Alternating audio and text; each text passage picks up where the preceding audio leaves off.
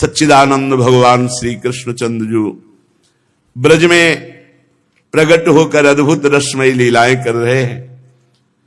कल ब्रह्मा जी का मोह निवृत्त होना, अघासुर के उद्धार से ब्रह्मा जी को आश्चर्य हुआ था कि इस घोर पापी की दिव्य ज्योति भगवान में समा गई। फिर भगवान की बाल लीला देखकर आश्चर्य हुआ, बछड़े ग्वाल बालों का अपहरण किया। 1 वर्ष तक भगवान बछड़े ग्वाल बाल बने रहे। फिर ब्रह्मा जी स्तुति आदि करके नमस्कार करके चले गए। प्रिया प्रीतम का कल मिलन भी हुआ, रोज संकेत वट में मिलेंगे। अब श्री कृष्णचंद्र जी की अवस्था 6 वर्ष की है। अब वो बछड़े चराने नहीं, अब गाय बछड़े सब एक साथ चराने की अनुमति मिल गई। अपने सखा ग्वाल बालों के साथ गौएं चराते हुए वृंदावन में जाते और अपने श्री चरण चिन्हों से वृंदावन की रज को पावन करते। कोई भी कण वृंदावन ब्रज का ऐसा नहीं जिसमें हमारे भगवान और प्रियाजू के चरण चिन्ह न हो। ये वन गौओं के लिए हरी हरी घास से युक्त एवं रंग बिरंगे पुष्पों की खान हो रहा था। अभी 25-26 वर्ष पहले की बात बता रहे हैं। इधर आप देखोगे केवल लताएं ही लताएं थी। जहां बट वृक्ष है ना, यहां से लेकर के और सीधे आप चले जाओ केसी घाट तक, तो वृक्षावली, लताएं, पुष्प, बस और कुछ नहीं। इतना निर्माण नहीं हुआ था। अब तो लताओं का अंतर ध्यान होना बड़ी बड़ी है। पीपल की लता, बड़ी बड़ी लता है। बड़ी दर्दनाक स्थिति है। 50-50 मोर के झुंड हमारे हितधाम में से दाना फेंक दो, ऐसे नाच रहे। सैकड़ों हजारों कबूतर तोते ऐसे बैठे हुए। अब लताएं गई तो फिर मोर कहां शयन करेंगे? तो फिर अब इधर कुछ आवाजें आती हैं मयूर की, बकाया। कितना सुंदर वृंदावन पुष्पों की खान हो रहा है। आगे आगे गौएं, उनके पीछे पीछे बांसुरी बजाते हुए श्याम सुंदर। तन्माधवो वेणुमुदीरयन् व्रतो गोपैर्गृणद्भिः स्वयसो बलान्वितः पशून् पुरस्कृत्य पशव्यमाविशद् विहर्तु कामः कुसुमाकरं वनम्। फूले हुई लताएं, कितना सुंदर है। भावना करो, जिस मार्ग से जा रहे हैं आसपास फूली हुई लताएं, गुच्छे के गुच्छे रंग बिरंगे फूल, उनमें मकरंद का पान करके भौरे गुंजार कर रहे हैं। सहस्त्रों सुंदर श्वेत रंग की गायें और पीछे भगवान बांसुरी बजाते हुए श्याम सुंदर। फिर बलराम जी और उनके पीछे यश गान करते हुए ग्वाल बाल। इस प्रकार वृंदावन में प्रवेश करते। वृंदावन में कहीं भौरे गुंजार कर रहे हैं, कहीं झुंड के झुंड हरिण चौकड़ी भर रहे हैं, कहीं मयूर नृत्य कर रहे हैं, सुंदर सुंदर पक्षी चहक रहे हैं, कहीं बड़े सुंदर झरने झर रहे हैं। जैसे महात्माओं का हृदय स्वच्छ होता है, ऐसे यहाँ के कुंड और सरोवर परम निर्मल है। उनमें खिले हुए कमलों के सौरभ से सुवासित होकर शीतल मंद सुगंध वायु श्री वृंदावन की सेवा कर रही है। बड़ा ही मनोहर वन देखकर भगवान ने मन ही मन विहार करने का संकल्प किया। पुरुषोत्तम भगवान श्री कृष्णचंद्र जी ने देखा बड़े बड़े वृक्ष फल और फूलों के भार से झुककर भूमि को स्पर्श कर रहे हैं, मानो प्रणाम कर रहे हो। नूतन नूतन कोपलों की लालिमा से ऐसा लग रहा है मानो प्रभु के चरण स्पर्श कर रहे हो अपने कर कमल से। बड़े आनंद से मुस्कुराते हुए अपने बड़े भाई बलराम जी से कहा, हे देव शिरोमणि, देखो ये तो बड़े बड़े देवता आपके चरण कमलों की पूजा करते हैं, परंतु ये वृंदावन के वृक्ष अपनी डाली रूपी हाथ से पुष्प लेकर के आपके चरण कमलों में झुककर मानो पुष्पांजलि अर्पित कर रहे हैं, नमस्कार कर रहे हैं। क्यों न हो इसी सौभाग्य के लिए तो ये वृंदावन के वृक्ष बने हैं आकर।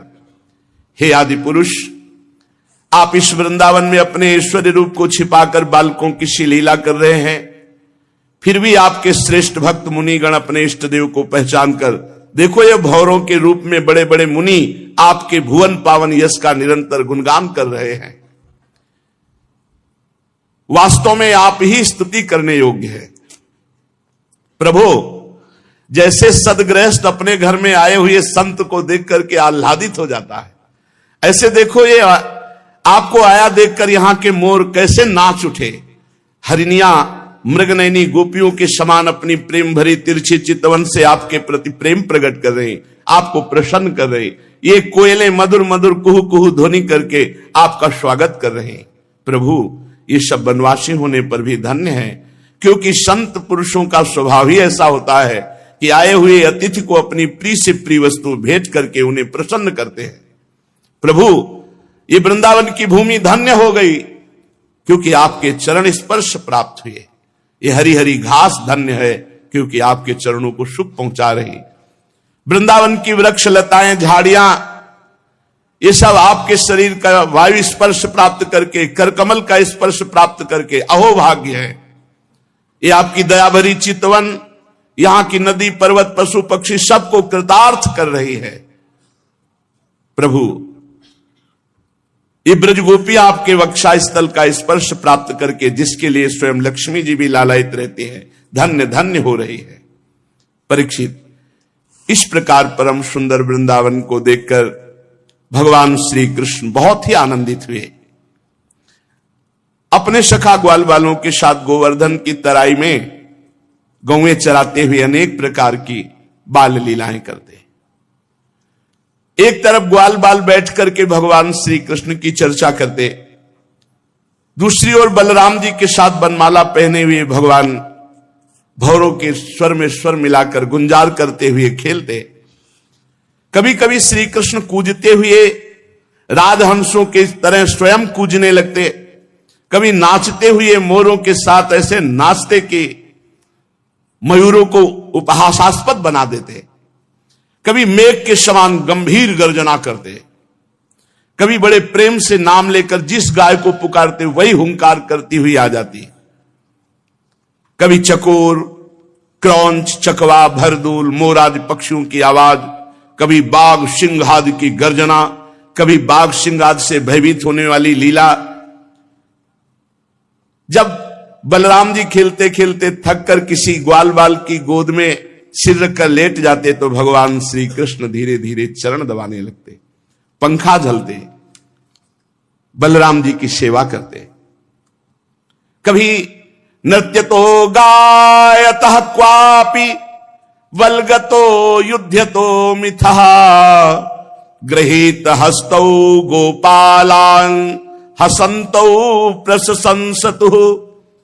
कभी एक दूसरे के सामने ताल ठोककर कुश्ती लड़ने लगते, कभी एक दूसरे से होड़ बांधकर नृत्य करते, और कृष्ण और बलराम ऐसे गले में हाथ डालकर देख देख के वाह वाह वाह वाह ऐसा कहते। जब कुश्ती लड़ते लड़ते थक जाते, तो वृक्ष के नीचे कोमल पल्लवों की शैया पर ग्वाल बाल की गोद में सिर रखकर श्री कृष्ण बलराम लेट जाते, और मूर्तिमान पुण्यात्मा ग्वाल बाल भगवान श्री कृष्ण के चरण चापने लगते, अंगोछियों से हवा करते। किसी किसी के हृदय में प्रेम की धारा उमड़ाती, वो धीरे धीरे उदार शिरोमणि परम मनस्वी भगवान श्री कृष्ण की लीलाओं के अनुरूप उनको मन को प्रिय लगने वाले गीत गाते। अपनी योग माया से ईश्वरी को छिपाए हुए अनंत ब्रह्मांडों का स्वामी ग्वाल बालों के बीच में ऐसे सुख बरसा रहा है। ऐसी लीला करते मानो ठीक कोई मनुष्य बालक ग्वाल बाल ही हो। स्वयं भगवती लक्ष्मी जिनके चरण सेवा में संलग्न रहती है, इन ग्रामीण बालकों को उन्हीं चरणों के चापने का सौभाग्य मिलता है, और भगवान उनके साथ साधारण बालक की तरह खेल खेलते। पर कभी कभी उनकी ऐश्वर्यमयी भागवतिक लीलाएं प्रकट हो जाती। बलराम जी और श्री कृष्ण के सखाओं में एक प्रधान सखा थे श्री दामा। एक दिन उन्होंने सुबल और स्तोक कृष्ण आदि ग्वाल बालों से श्याम और राम से बड़े प्रेम से कहा कि हम लोगों को सर्वदा सुख पहुंचाने में तत्पर रहने वाले महाबली बलराम जी, आपके बाहुबल की तो कोई था नहीं, और हमारे मनमोहन श्री कृष्ण दुष्टों को नष्ट कर डालना तो स्वभाव है।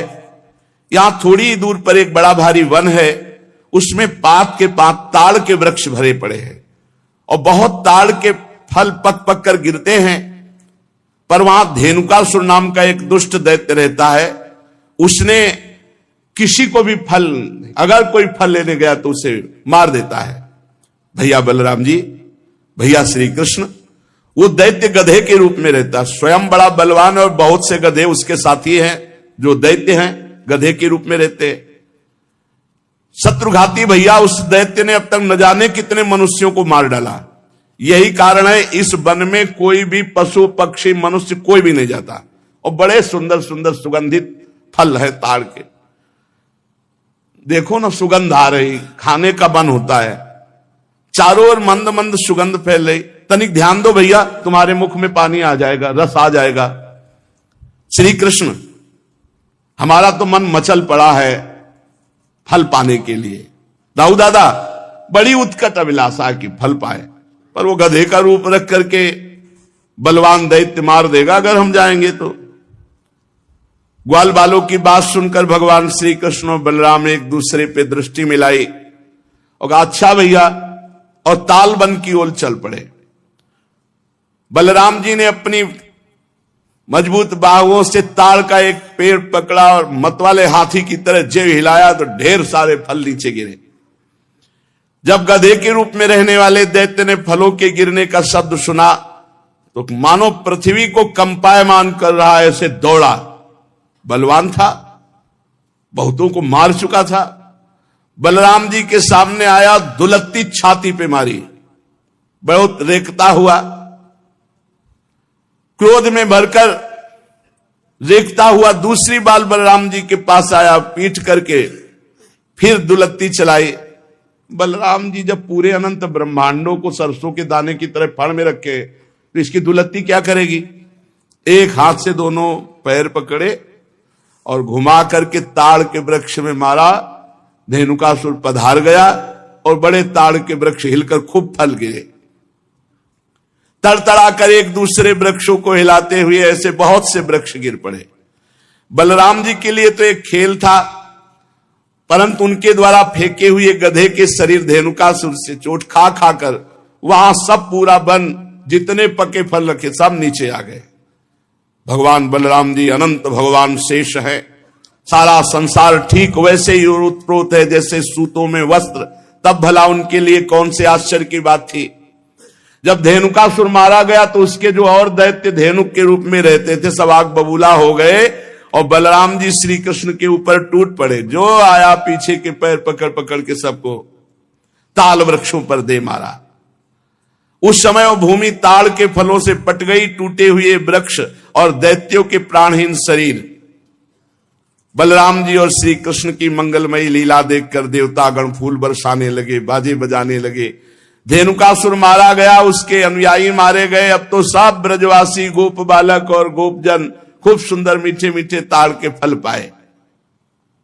इसके बाद कमल दल लोचन भगवान श्री कृष्ण बड़े भाई बलराम जी के साथ ब्रज में आए। उस समय उनके साथी ग्वाल बाल उनके पीछे पीछे उनकी स्तुति करते जाते। क्यों न हो, भगवान की लीलाओं का गायन और भगवान की लीलाओं का श्रवण सबसे जल्दी निष्पाप करता है। निष्पाप करने वाला सबसे बड़ा तीर्थ है भगवान की लीला कथा श्रवण और गायन। जिस समय पीछे पीछे ग्वाल बाल यश गान करते चल रहे, आगे भगवान श्री कृष्ण तम गोरजस्फुरित कुंतल बद्ध बर्ह वन्य प्रसून रुचिरे क्षण चारुहासम वेणुं क्वणन्तमनुगैरनुगीत कीर्तिम गोप्योदिद्रक्षित दृशोभ्यगमन समेता। उस समय भगवान श्री कृष्ण की घुंघराली अलकावली गौओं के खुरों से उड़ उड़ करके रज, माथे पर अलकावली पर, सिर पर मोर पंख का मुकुट और केश पास में सुंदर जंगली पुष्प सखाओं ने गूथे, नेत्रों में मधुर चितवन, मुख पर मनोहर मुस्कान और मधुर मधुर मुरली बजाते हुए ग्वाल बालों के साथ ब्रज में प्रवेश कर रहे हैं। गोपियां भाग करके मार्ग में खड़ी हो जाती, दिन भर इंतजार करती, शाम के जब देखती कि नेत्रों को जीवन दान देने वाले श्री कृष्ण आ रहे हैं। गोपियों ने अपने नेत्र रूपी भ्रमरों से भगवान के मुखारविंद का मकरंद रस पान करके दिन भर के विरह की जलन शांत की। भगवान ने भी उनकी तरफ प्रेम भरी चितवन से उनको सुख प्रदान किया। यशोदा मैया रोहिणी जी का हृदय वात्सल्य स्नेह से उमड़ रहा था। उन्होंने बलराम जी और भगवान श्याम सुंदर के घर पहुंचते ही इच्छा अनुसार उनको स्नान कराया, वस्त्र पहनाया, फिर खिलाया पिलाया।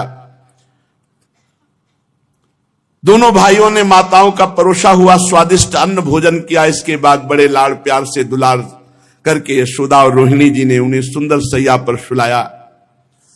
भगवान श्री कृष्ण इस प्रकार वृंदावन में अनेकों लीलाएं करते।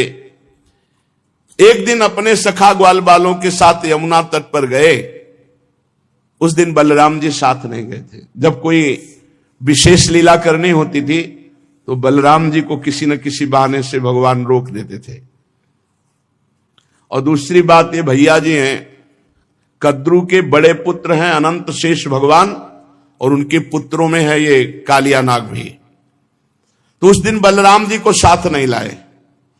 जेठ महीना, गर्मी बहुत, अब अत्यंत प्यासे हो गए सब बछड़े गौएं सखा, और किसी को ध्यान नहीं रहा। काली दह में सबने पानी पिया, बछड़ों ने, सखाओं ने, गौएं गोपों ने, पीते ही सब मर गए। इतना जहरीला सांप था कि वो कुंड का कुंड पूरा यमुना जी का जहरीला था। यही अपने घर की बात है काली दह। भगवान ने देखा कि ये तो बहुत गलत हो गया, हमारे सब परिकर तो पधार गए। कितनी बार पधार गए। हां, देखो अगासुर में, बकासुर में भगवान श्री कृष्ण चंद्रजू ने अपनी अमृत बरसाने वाली दृष्टि से तत्काल जीवित कर दिया। किसी को ऐसा अनुभव ही नहीं हुआ कि हम मर गए थे। सबको चेतना आई, आश्चर्यचकित होकर एक दूसरे को देख रहे, पर ऐसा नहीं पता कि श्री कृष्ण चंद्रजू की अमृत दृष्टि से हम जीवित हुए हैं। हम लोग तो विषैला जल पी जाने के कारण मर चुके थे। भगवान श्री कृष्ण चंद्रजू ने हमें जिला। भगवान की ऐसी लीला है, वो जनाना ना चाहे तो कोई जान नहीं सकता है। भगवान ने देखा कि ये महाविषधर कालिया यमुना जी के हमारे लीला स्थली को ये तो बहुत अशुद्ध कर दिया है। अब ना कोई आचमन कर सकता है। इतना जहरीला जल था कि ऊपर से कोई पक्षी उड़े तो उसकी भाप से मरकर उसी में गिर पड़े। ब्रह्मन भगवान श्री कृष्ण ने यमुना जी के अगाध जल में किस प्रकार सर्प का दमन किया। और कालिया नाग जलचर जीव तो था नहीं, ऐसी दशा में अनेक युगों तक यहां वृंदावन में काली दह में क्यों रहा। ब्रह्म स्वरूप महात्मन भगवान अनंत हैं, वे अपनी लीला प्रकट करके स्वच्छंद विहार करते हैं। गोपाल रूप से उन्होंने जो उदार लीला की वो अमृत स्वरूप है, उसका श्रवण करके बहुत सुख मिलता है। आप कृपा करके ये रहस्य वर्णन करें, यहां वृंदावन में क्यों रह रहा था ये कालिया। और कालिया कोई सांप, कोई जलचर जीव तो है नहीं, बराबर जल में ही क्यों रह रहा था। तो श्री सुखदेव जी ने कहा, परीक्षित, यमुना जी में यह विशाल कुंड है। इस विशाल कुंड में कालिया ने अपना निवास स्थान बनाया। इतना विषधारी था कि काली दह का पूरा जल ऐसे उबाल मारता था, खौलता रहता था। यहां तक कि उसके ऊपर उड़ने वाले आकाश में जो पक्षी हैं वो भी झुलस कर गिर के मर जाया करते थे। और उसके विषैले जल की नन्ही नन्ही बूंदें जब वायु ले जाती तो वृक्ष भस्म हो जाते आसपास के। ऐसा जहरीला सांप, एक छोटी बूंद भी जहां पड़ जाए वहां आग लग जाए, ऐसा जहरीला। पशु पक्षी लता वृक्ष सब नष्ट हो रहे थे आसपास के। भगवान ने कहा, मेरी लीला विहार स्थली, इस दुष्ट का तो दमन करना ही पड़ेगा। जब उन्होंने देखा कि सांप का विष का वेग बड़ा प्रचंड भयंकर है, विष ही इसका महान बल है, और मेरी विहार स्थली यमुना जी दूषित हो गई है, तो भगवान श्री कृष्ण ने खेल रचा। आओ भाई सब कंदुक लीला खेलते हैं। और श्रीदामा का कंदुक था, गेंद था। भगवान ने लिया, सीधे घुमा के मारा, काली दह में गिरा। एक कन्हैया हमारा गेंद, जैसे बच्चे, अब तो हमें गेंद चाहिए, तुझे गेंद चाहिए ना, मैं भी ला के देता हूं, चुप रहे। और भगवान ने फेंका इसीलिए था कोई बहाना मिले। और कमर में पीतांबर बांधी और संकल्प बनाया, एक कालिया अब भागना पड़ेगा तुझे। और ताल ठोकी और कूद गए जल पे। भयंकर विष, विष जल क्या विष एकदम। और भगवान के कूदने से जल और हिलोने मांगने लगा। 400 हाथ तक जल छिटका। जब अचिंत महाशक्ति भगवान ताल ठोक करके कूदे और मतवाले गजरात की तरह डूबते हुए मथते जाते थे जल को। भगवान की भुजाओं की टक्कर से बहुत जल में शब्द हो रहा था। सो रहा था कालिया कालीदय में। आंख से सुनने वाले काली नाग ने वो आवाज सुनी, कौन आ गया इतना बलवान की जीवित मेरे देह में घुसाया। सहन नहीं हुआ, वो चिढ़ करके सामने देखा एक नीलमणि श्याम सुंदर सलोना बालक, वर्षाकालीन मेघ के समान अत्यंत सुकुमार, इतना सुंदर कि थोड़ी देर तो कालिया पहले दर्शन करता रहा। वक्षा स्थल पर सुनहरी रेखा पीतांबर धारण किए हुए मंद मंद मुस्कुराकर भुजाओं से जल को ऐसे मार रहे। कालिया ऊपर से लेकर चरण तक दर्शन किया। चरण मानो कमल की पराग की गादी हो नीचे के, इतना आकर्षक रूप की काफी देर तो वो रूप ही दर्शन करता रहा।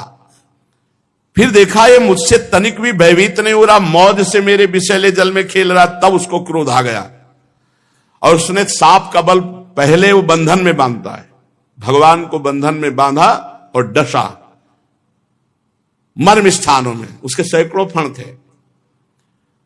भगवान श्री कृष्ण को नाग पास में बांध करके और अपने फण से डसा। अब तो ग्वाल बाल सब मूर्छित हो रहे हैं, क्योंकि इन ब्रजवासियों ने शरीर, सुहृद, धन, संपत्ति, स्त्री, पुत्र, भोग, कामनाएं, ये सब त्याग कर भगवान श्री कृष्ण को ही अपना मानते हैं। इसलिए ब्रजवासी सर्वश्रेष्ठ है। गाय, बैल, बछिया, बछड़े सब दुख से डकराने लगे। श्री कृष्ण की ओर टकटकी बांधे हुए सब देख रहे हैं। सबका प्राण व्याकुल। इधर ब्रज में बड़े उत्पात शुरू हो गए। अब शकुन देखकर नंद बाबा ने कहा कि बलराम तुम आज आके हो। श्री कृष्ण के जरूर कोई घटना घट गई, जरूर घटना घट गई। बड़े भय से व्याकुल हो गए। भगवान के प्रभाव को तो जानते नहीं, वात्सल्य भाव है। बस ये अपशकुन देखकर लगा कि आज तो किसी दैत्य ने श्री कृष्ण का जरूर अहित कर दिया। भय से व्याकुल हो गए, क्योंकि इन सबके प्राण, मन, सर्वस्व श्री कृष्ण ही थे। भागे ब्रजवासी, नंद बाबा, उपनंद, समस्त ब्रज गोपियां, बूढ़े, बच्चे, जवान सब। इतने में भागते हुए एक सखा ने आके बताया, गजब हो गया, कन्हैया काली दह में कूद गया और सांप ने जकड़ लिया। अब तो बलराम जी व्याकुल नहीं है, क्योंकि जानते हैं कि हमारे ऊपर शयन करने वाले सांप से तो उनको कोई भय है नहीं, और उनको विष से क्या भय है। ब्रजवासियों को इतना आतुर देखकर हंसते हुए कहा, तुम धैर्य रखो, श्री कृष्ण कोई ऐसे बालक नहीं है, हम जानते हैं अपने भाई के प्रभाव को, तुम धैर्य रखो। लेकिन ब्रजवासी प्यार जो प्रभु से ही केवल किए हुए हैं, सब यमुना के समीप पहुंच गए। सब देख रहे। बाबा मैया तो कूदने ही वाले थे। बलराम जी ने जबरदस्ती बाबा को रोका और युवतियों ने, ब्रज युवतियों ने, मैया तो भारी व्याकुल। जब दूर से देखा कि कन्हैया नाग पास में बंधे हुए, तो मैया तो बेहोश हो गई कुंड के समीप ही। नंद बाबा भी मूर्छित जैसे हो गए। भगवान मुस्कान भरी चितवन से इशारा कर रहे, सब शांत शांत शांत। लेकिन हर ब्रजवासी को, मेरे प्राण प्रिय श्याम सुंदर को सांप ने डस लिया, सांप ने कस लिया, मेरे तो प्राण वल्लभ जीवन सर्वस्व है। जब यशोदा मैया को होश आता है, कूदने के लिए दौड़ती, फिर ब्रज युवतियां, गोपियां पकड़ लेती है। अश्रुधारा, शरीर चेतनाहीन। फिर ब्रज गोपियां कहती हैं कि सुनो, 6वें दिन पूतना को मारा था, आप बल तो याद करो, आपके लाला का कोई ऐसा बल नहीं कि सांप मार डालेगा। पर अधिकांश तो धीरज बंधाने वाले नहीं थे, सब मूर्छित पड़े हुए थे। नंद बाबा के तो प्राण श्री कृष्ण थे। जब देखा सांप ने पकड़ रखा है, बहुत विकल। बलराम जी ने बाबा आप समझो, ये हमारे श्री कृष्ण कोई पर कौन समझने वाला? तो बलराम जी ने अपनी भागवती शक्ति का प्रयोग किया, सबको जड़ता भाव, कोई कदम आगे नहीं बढ़ा सकता। नहीं तो इतने प्रेम में कोई समझा नहीं, सब कालीदेव में डूब जाते। अपने भागवतिक बल से सबको जड़ता भाव प्रदान कर दिया, सब एक कदम नहीं चल सकते। अब भगवान ने देखा कि हमारे ब्रजवासी जन तो बहुत दुखी हो रहे हैं और सांप जो है बहुत प्रफुल्लित है कि हमने बांध लिया और काट लिया। भगवान ने अपने शरीर को मोटा किया, जे हुई उसकी नसें टूटने लगी, छोड़ के अलग खड़ा हो गया। फिर आग बबूला होकर के कालिया नाग ने फुफकार मारते हुए भगवान के ऊपर चोट की। नथुनों से विष की फुहारे निकल रहे, यानी कि काटे तो जाए। कुछ सांप ऐसे होते हैं, ऐसे करते हैं तो धार जैसी विष की गिरती है। अब भी हैं ऐसे कुछ सर्प हैं, लाल लाल आंखें किए मानो भट्टी तप रही हो और मुख से लपटें निकल रही थी। काली नाग अपनी दोहरी जीभ लपलपा करके दोनों ओंठों के किनारों को चाटता हुआ, विष उगलता हुआ भगवान के ऊपर प्रहार करता। और जैसे भगवान श्री हरि के वाहन गरुण जी सांपों से खेलते हैं, ऐसे श्री कृष्णचंद्र जी खेल रहे। पैतरा बदलते वो प्रहार करता, अपने को बचाते। और ऐसे पैतरा बदलते कि हर बार उसके फड़ों पर भगवान थाप का प्रहार करते। अब उसका बल क्षीण होता गया। भगवान ने मारी थाप और छलांग लगाई और चढ़ गए फड़ों पर। कालिया का कितना सौभाग्य जो मुनियों के हृदय में भी ध्यान में नहीं आते, वो सीधे चरणारविंद मस्तक पर। कालिया के मस्तक पर लाल लाल मणियां थी, सर्प मणि। उन मणियों से भगवान के चरणों की और शोभा हो गई। नृत्य गान समस्त कलाओं के आदि प्रवर्तक जगत गुरु भगवान श्री कृष्ण नृत्य करना चाहते हैं। ये देख करके देवता गंधर्व अपने अपने संगीत वाद्य और भगवान उसके सिर पर नृत्य करने लगे। नृत्य के आचार्य आदि प्रवर्तक है, सब विद्याएं इन्हीं से प्रकट हुई। भगवान के प्यारे भक्त गंधर्व सिद्ध देवता चारण देवांगनाएं जब देखा भगवान नृत्य करना चाहते हैं, तब बड़े प्रेम से मृदंग ढोल नगाड़े दुंदुभियां पुष्पों की वर्षा करते हुए ये सब बज रहे, ताल के साथ भगवान नृत्य कर रहे उसके फड़ों पर। अखिल ब्रह्मांडों का भार लिए हुए भगवान उसके फड़ों, नस नस टूट गई, सारा अभिमान चूर चूर हो गया, मुख से खून उगलने लगा। और जो फण नहीं झुकाता तो ऐसी ठोकर मारते नाचते हुए एड़ी की बस खून उगल देता। प्रचंड दंडधारी भगवान के चरणों की चोट से कालिया नाग की जीवन शक्ति क्षीण हो गई, मुंह से नथुनों से खून उगलने लगा, चक्कर काटकर बेहोश हो गया। तनिक चेत होता, जहां आंख खोलता विष उगलता, भगवान जोर से चरणों की ठोकर मारते उसके फणों पर। नाचते नाचते भगवान ने उसका सब बल और अहंकार रौंद डाला। पुराण पुरुष महाबली भगवान श्री कृष्ण के चरणों पर खून की बूंदें ऐसी पड़ी थी मानो कालिया ने रक्तमय पुष्पों से भगवान के चरणों की पूजा की हो। तच्चित्र तांडव विरुगुण फलात पत्रो रक्तम मुखैरुर्वमन नृप भग्न गात्रा स्मृत्वा चराचर गुरुम पुरुषम पुराणम नारायणम तमरणम मनसा जगाम। भगवान तांडव करते हुए फणों को उसके ऊपर छिन्न भिन्न हो गए। अब जब देखा कि बस मरने वाला ही हो तो उसे याद आई, हे पुराण पुरुष पुरुषोत्तम भगवान नारायण हमारी रक्षा करो। और ये पता नहीं कि वही चढ़े हुए हैं। भगवान श्री कृष्ण के उदर में संपूर्ण विश्व ब्रह्मांड भारी बोझ से कालिया का ये छोटा मोटा बलवान नहीं, गरुण से लड़ पड़ा था, गरुण जी से। और जब गरुण जी का प्रहार पड़ा तो भागकर यहां छुप गया। भगवान की प्रहार से सब अहंकार चूर हो गया, छिन्न भिन्न हो गए फण उसके। खून की उल्टी करती हुई भगवान नारायण का स्मरण किया। उसकी पत्नियां हाथ जोड़कर भगवान की शरण में आई, नाग पत्नियां चोटी खोल करके। यह अत्यंत दैन्य भाव होता है। और बड़ी घबराहट और पृथ्वी पर लौटकर साष्टांग प्रणाम किया। पृथ्वी पर लौट गई, हाथ जोड़कर प्रणाम किया और भगवान श्री कृष्ण से अपने अपराधी पति को मुक्त कराने के लिए वो स्तुति करने लगी। नाग पत्नियों ने कहा, न्यायो हि दंडः कृत किल विशेषमिस तवावतारः खल निग्रहाय रिपोः सुतानामपि तुल्य दृष्टिर धत्से दमं फलमेवानुशंसन अनुग्रहोऽयं भवतः कृतो हि नो दंडो असतां ते खलु कल्मषापः यद्दंड सूकत्व ममुष्य देहिनः क्रोधोपि तेनो ग्रहेव सम्मतः। प्रभु, मुझे पता चल गया आप अवतारी पुरुष हैं। उनकी पत्नियां कह रही, क्योंकि मेरे पति को इस दुर्दशा में पहुंचा देना किसी पुरुष की ताकत नहीं।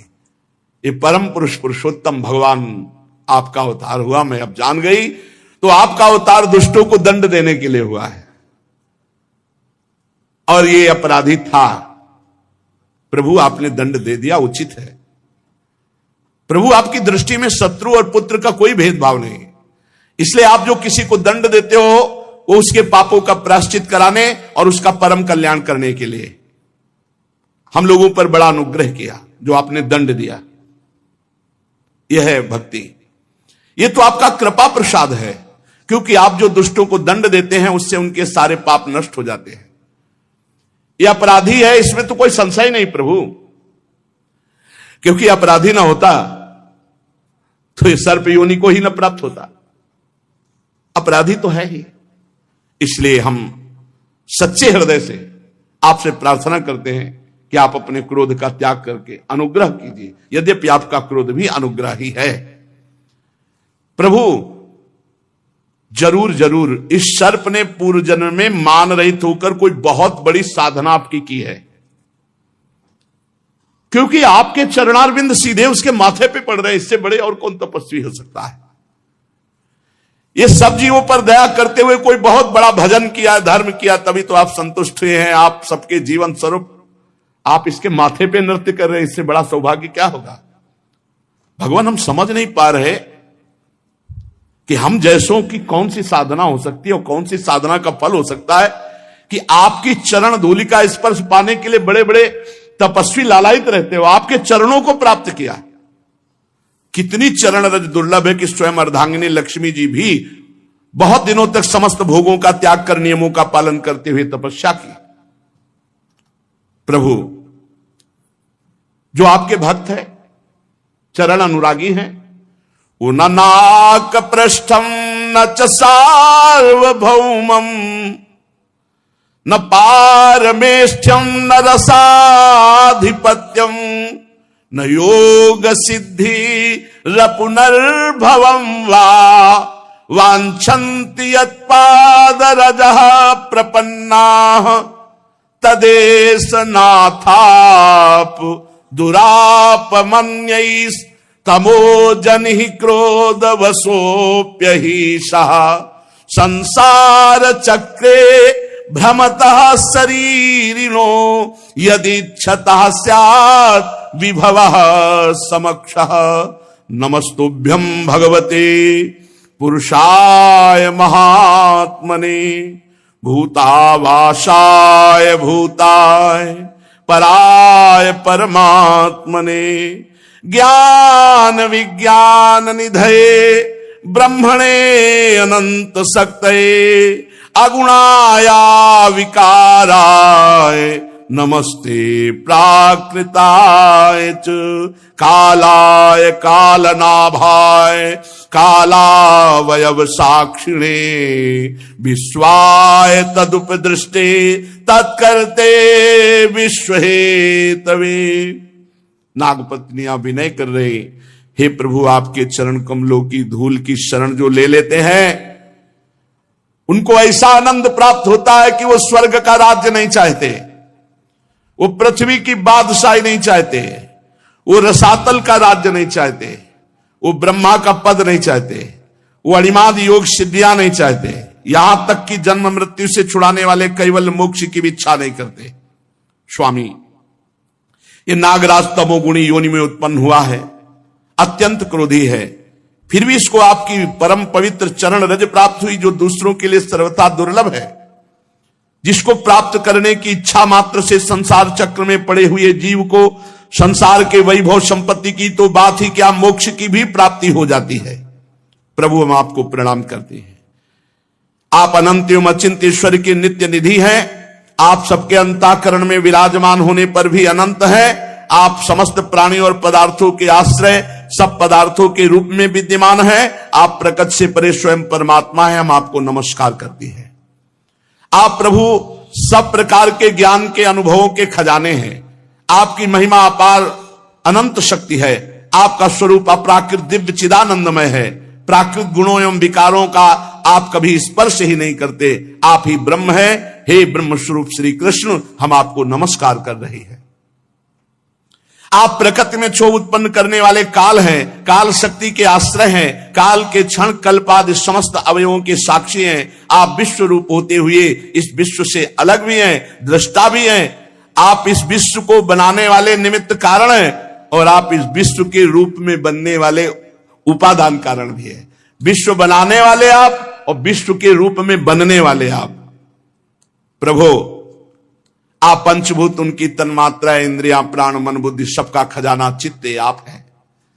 नमो अनंताय सूक्ष्माय कूटस्थाय विपश्चिते नानावादानुरोधाय वाच्यवाचक शक्तये नमः प्रमाण मूलाय कवये शास्त्रयोनये प्रवृत्ताय निवृत्ताय निगमाय नमो नमः।